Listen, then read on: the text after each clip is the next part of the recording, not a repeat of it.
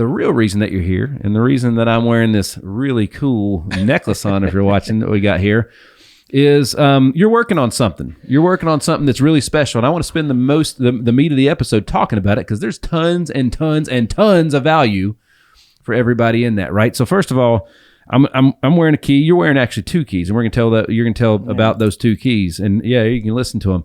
Mine has FILO on it, FILO. All right, and so I love this thing because that message resonates with me. Let's tell everybody what FILO means. Well, let me back up and just say, you said this is the reason I'm here. And at the National Prayer Breakfast in Washington, D.C., I told you a story that is basically about this key. And you encouraged me to basically write a speech or to write it down. And I basically have it here. And I've done it on a PowerPoint. I've actually given it one time at an FCA. So I want to thank you for encouraging me to basically write my story down about this key, because this key right here changed my life. You specifically asked about FILO, and FILO is just an acronym that one of your buddies who was on the podcast a couple of weeks ago, Derek Young. DY. Yep. He helped me design my speech, design my PowerPoint. He's the best. He is the best. dyspeaks.com, right? That's his it. website. Just a phenomenal man. But FILO is first in, last out. And it's about my story at UNC, where in 2 years there, I told you I played at Walter State Community College, and then I got recruited at UNC. And for 2 years there, I wouldn't let anybody beat me to the stadium, and I wouldn't let anybody stay longer than I did for 2 years. I was the first in, the last out. And DY said, you ought to make that your acronym, and FILO. So, and basically the story goes, I was there so much and asking the coaches to hit with me and stay after and hit me ground balls and throw BP to me and keep the gym open, because at UNC, our gym was under the stadium. The cages were under the stadium. That's cool. Big locker room under the stadium. And then, of course, you had the field out there. And I was in my opinion, Nick, I was a average player in my mind. Yeah, and nobody that plays at UNC is average at anything, right? But in my mind, I was average. Average arm, average speed, average hitter. But I had to work a little bit extra. I had to work harder than everybody else, the All-Americans that were coming in, to be better than they were. And also to show the coaches, I'm here to win. I'm here to outwork every single person in this stadium, every single person in this city, every single person in the ACC, every single person in the country. And it was just my MO my whole life. I mean, high school, same thing. Got to junior college, and I thought, man, this is where everybody works hard. This is where everybody stays. They come early and stay. I was the only one. I was the only one going in the basketball gym at night at Walter State and turning the lights on and hitting in the cage that was behind the basketball courts. And I was a switch hitter. I'd hit hour left-handed, an hour right-handed. I didn't know that. Yeah, 3-4 days a week. Ended up leading the region in hitting, and that's when I started getting on my calls. And I got to UNC. I thought, this is where everybody comes in early and stays late. Yeah. Nobody. Isn't that crazy? Nobody. And then I got to pro ball, and I thought, well, this is where everybody comes in and stays late. I can remember pulling up at spring training in Port St. Lucie for the Mets, and there were about 7 cars there. There were about 7 people that got there early, but there was only 2 of us that I can remember that stayed late. And it was a tiring day. I mean, you're down there at spring training, and you're going all day long. And there was only 2 of us in the whole organization that stayed late. So that's kind of where FILO came from, and basically my story of earning your key. and unlocking your full potential. So there's another story of why it's a key and why it's written on the key. And if you want me to share, that, I want all of it. I want all of it. The whole background, the whole backstory on it. Okay, so because I was staying, I was coming early and staying so late. My coach eventually came to me, and he was like, "Haynes, I can't keep staying this late and locking up the stadium. You're gonna have to lock up." And I can't remember if it was my junior or senior year, but he gave me a key to the stadium, and it's this key right here. That's the key. That is the key to the stadium, and I'm pretty sure it says "Do not duplicate" on the back of it. We hope. Yeah, it says "State of North Carolina, do not duplicate." And I don't know if it works anymore. You know, they have keypads now, but this key means more to me than any accolade I've ever earned in my sports career. Okay. You know, I've got MVP awards. I got big stick awards like in high school. Yeah. You know, all conference, and you get all kinds of awards. This means more to me. I mean, the fact that I still have it. That's right. It's been in my closet my whole life. Yeah.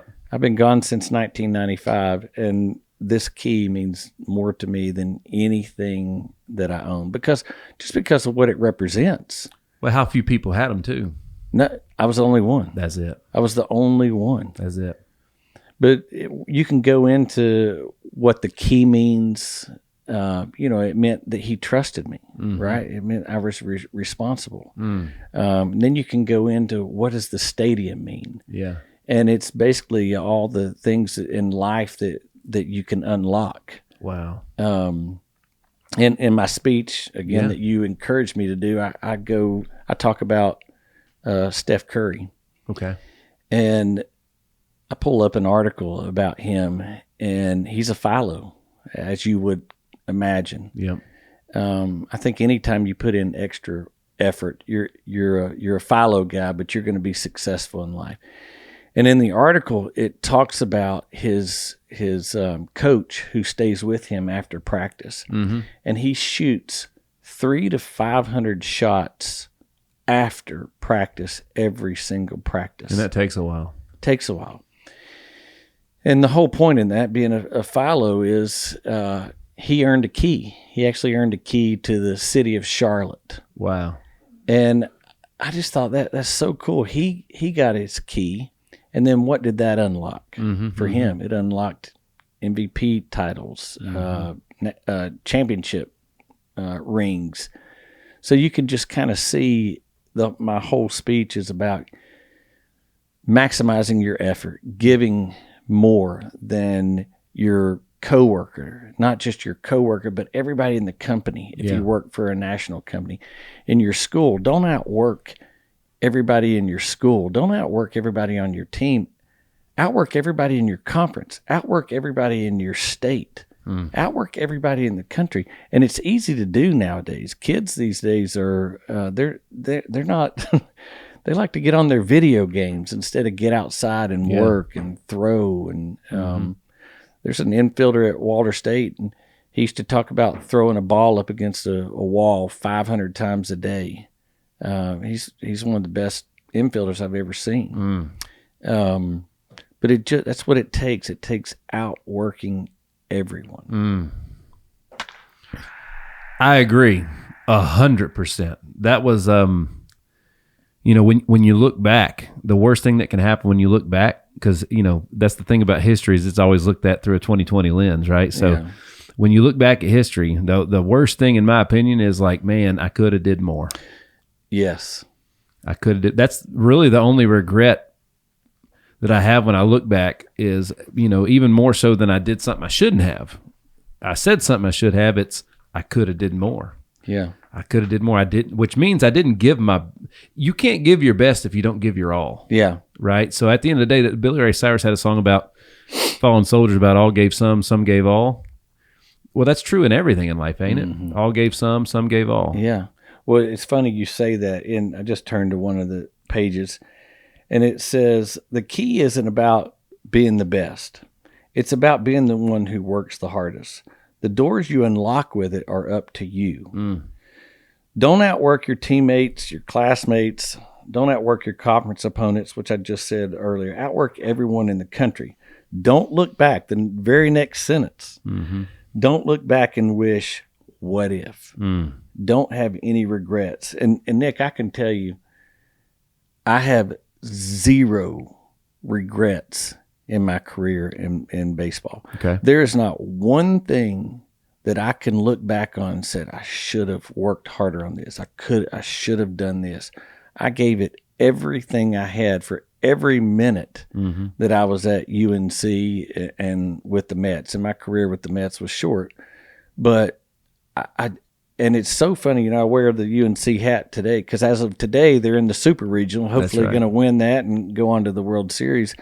But those 2 years of my life were very important and very special to me. And I tell my son the same thing. I'm like, don't have any regrets where you go from here.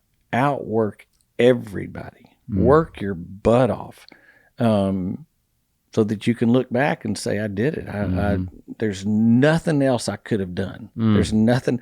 My career in the pros was short, probably because I wasn't good enough, but I know I gave it my all and did everything I could to try to have a career in baseball.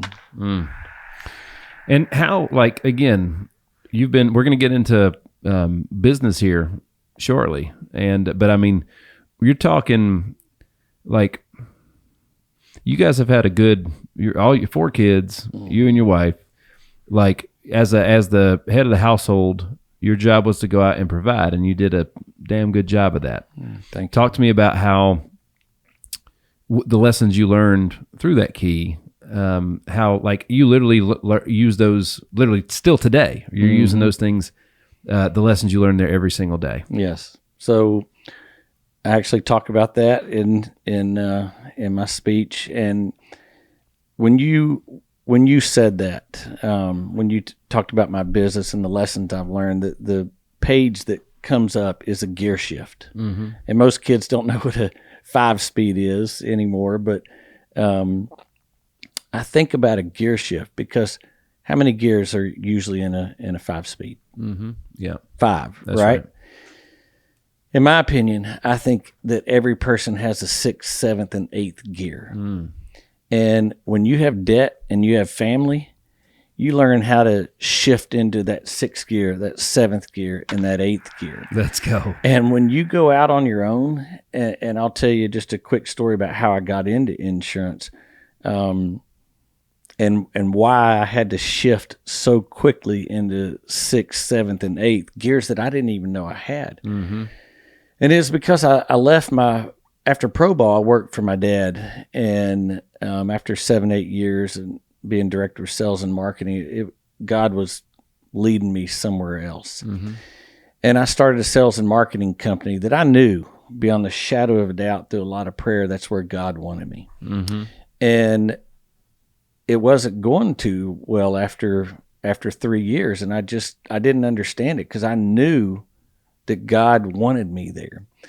Well, we were moving into a new house. We were having Jack. We were pregnant with Jack, and I wasn't making the money I needed to make. And I thought, well, I'm just going to have to sell this house and find something else to do. So one night, I'm laying in the bed, and my wife's not in there, and it's just quiet. And I can remember I just started crying. And I started talking to God, and I was just like, Lord, I surrender. I'm yours. And take me where you want me to go. Not where I want to go, but where you want me to go. And I'll go wherever you want me to go, and I'll do whatever you want me to do, but please just take me there. And it was a heartfelt surrender. And there's something about that now at 52 years old that I realize when you truly are at rock bottom and you surrender and you realize it's out of your hands. It's in God's hands. It's special. But I slid out of the bed, got on my hands and knees and just kind of kept crying, boohooing, because you got 3 kids, a 4th one on the way. You're not even sure if you can keep your house. And the next day, I'm in a guy who had my life insurance and some of my investments, and I'm just talking with him, just like you and me, like this. Mm-hmm. And he's like, "What are you doing?" And I was kind of telling him what I was doing. He's like, "Well, what are you good at?" Yeah. And that's where the relationship thing came in. I said, "I'm a relationship man." Mm. And he looks at me like this, and he goes, "You need to be in here with me." Mm. And I was like, "What do you even do? I can't even spell insurance." Yeah, that's right. And he told me a little bit about what he did, and he's like, "It's full commission." And I'm like, you know what? I've left my dad's company, which was a salary and health benefits and stuff before, and started on my own 3 years. And I'm like, well, that's not scary. I can do that. I can do that. And I said, well, let me pray about it. Let me go get with Stacy and let's pray about it. And man, Nick, it was phenomenal. The confirmation I got through friends and family. Yeah. You need to do that. You would be good at that. And I kept going into his office and just grabbing pamphlets and reading on life insurance and annuities and disability insurance and group benefits. And after about 3-4 weeks of prayer, I had so much confirmation from the Lord. And then just remembering that night I surrendered to him. And I was like, this is where he wants me. And went in there, got my license, came into the office, and I felt like God was holding me up by the back of my my collar. And I got in that office, and I felt like he dropped me, and my feet were just running, and just ran. I knew the best way to describe it is when you look down a straight tunnel, and you can see the light at the end of the tunnel. It wasn't curvy where you couldn't see the light. It was straight. And I could see all the way down that tunnel and saw the light, which meant I knew how to get to the other side. And that's how my insurance company was. I hit the ground running, and I knew how to do it. I knew how to help people. I knew how to help people with financial services. I knew how to help businesses with their benefits. And I knew how to get to the other side. And God just kept blessing me. I'm a big tither, and I feel like you got to give God his portion back. That's right. And when you do, he takes care of you. And so God's been good, and I'm very, very thankful to the Lord. You know, I used to struggle,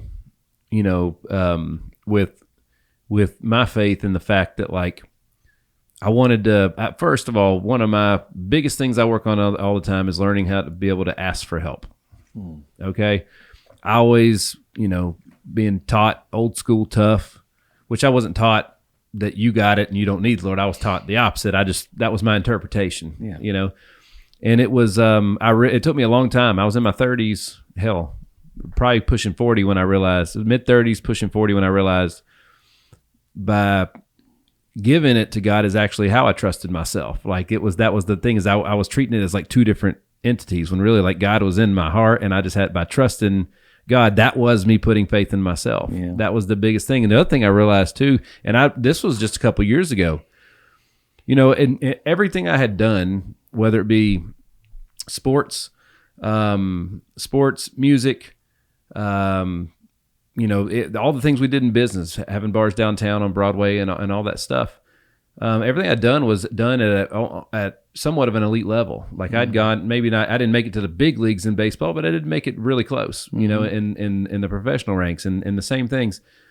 And I started, when I was, in 2015, I weighed almost 60 pounds more than I weigh today.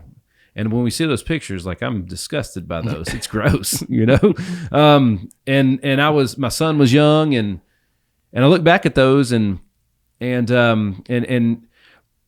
when my son it was during COVID, he was 9-10 years old, and, being a superhero fan, and he saw pictures of me when I played, and I was in great shape. So he was like, Dad, I want to have big muscles. And I was like, you know what? Me too. I want to have them too. I miss them. So I was like, let's just work out together. That was going to be our thing. And we still work out to this day. He's my workout partner years later. But I'm telling all that to say that, like, you know, a couple years in, I started getting in good shape again. I lost, 40 pounds or so. And good enough became good enough. It wasn't the goal, but it was good enough. When we set out, it was to have abs. It was to have muscles and, all the stuff, the visual effects of what we were doing. And of course, my son, being young, he's got them. Boy, does he got them. Yeah. And I got to a place where my clothes were fitting good. I felt better. I hadn't hit my goal, but I was like, I without even realizing I had good enough was good enough. It was like 80%, give or take, was good enough. And I realized that was my entire life. Everything, my marriage, my faith, my relationship with friends, everything was good enough. None of it was great. None of it was elite. But it was my faith. It was the breakthrough in the faith that bled into everything else. The rest of the fitness, the marriage, the relationship with wife and friends, and even business. I would always get it just good enough, where it was like, yeah, I'm proud of it, and I would take my focus off and lose the intensity. But it was through my faith that we were able to find that next gear. And you're right, man. The best I've ever been was when my back was against the wall. Mm-hmm.